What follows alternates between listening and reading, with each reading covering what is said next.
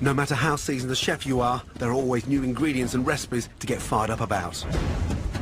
Do not touch it.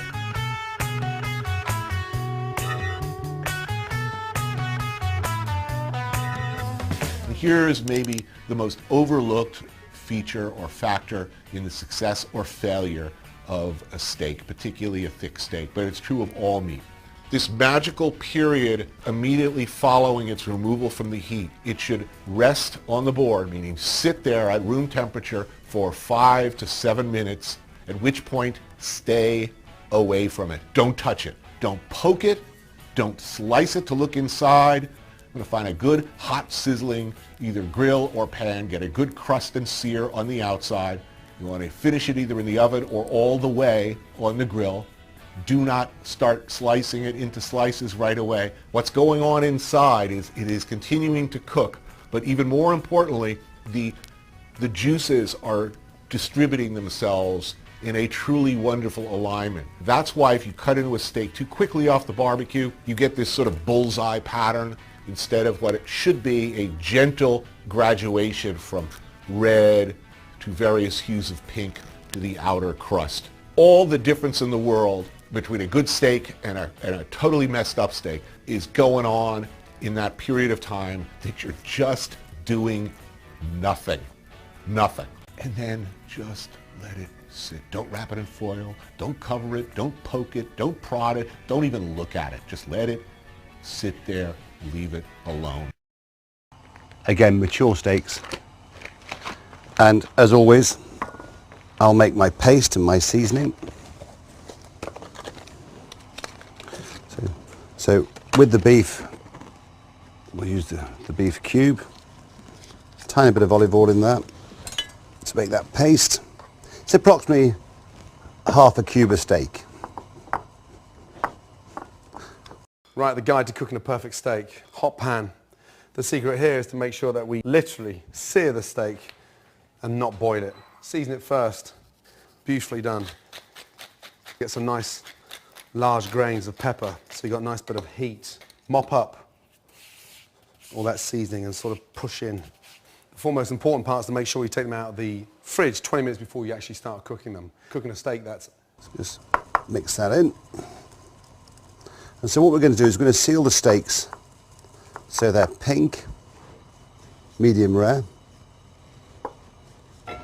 I was taught years ago to season steaks with salt and pepper. And one day, my fascination for stock cubes, I thought, let's make a paste. And that's what I did. Stone cold in the centre, you're going to have to overcook it on the outside. Pan's just started smoking.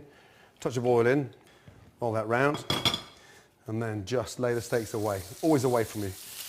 And let the pan do the work. I made a paste. I tried it.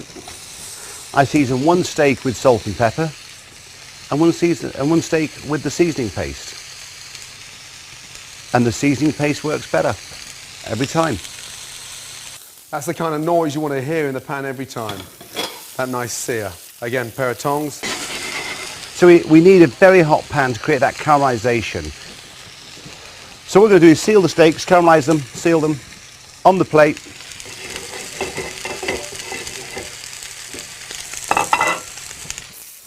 Turn it over very carefully. Literally 30 seconds in the pan, you can see the colour.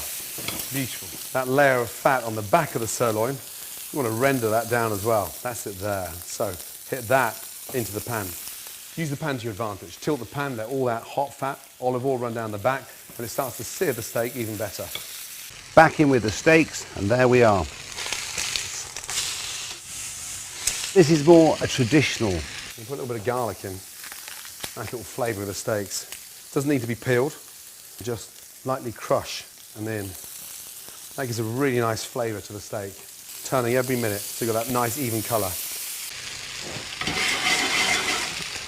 Go home Saturday night, me and the wife, peppered steak. And if you're turning your steaks every minute, it starts to cook evenly. A little bit of thyme. It's really nice to get that nice fragrant slow thyme. A touch more. I quite like my steaks rare, so rare's here, opposite the palm, at the top. Medium is there, and well done is at the top of your wrist. Deglass with some Worcester sauce, bit of cream, and it's delicious. But little knobs of butter. And this is where the steak starts to take on a completely different flavour. Tilt the pan, then just baste the steaks. That fried thyme, that garlic. Nothing's burning, and that's why we start off with olive oil. And so we'll take these out. So there's our steaks.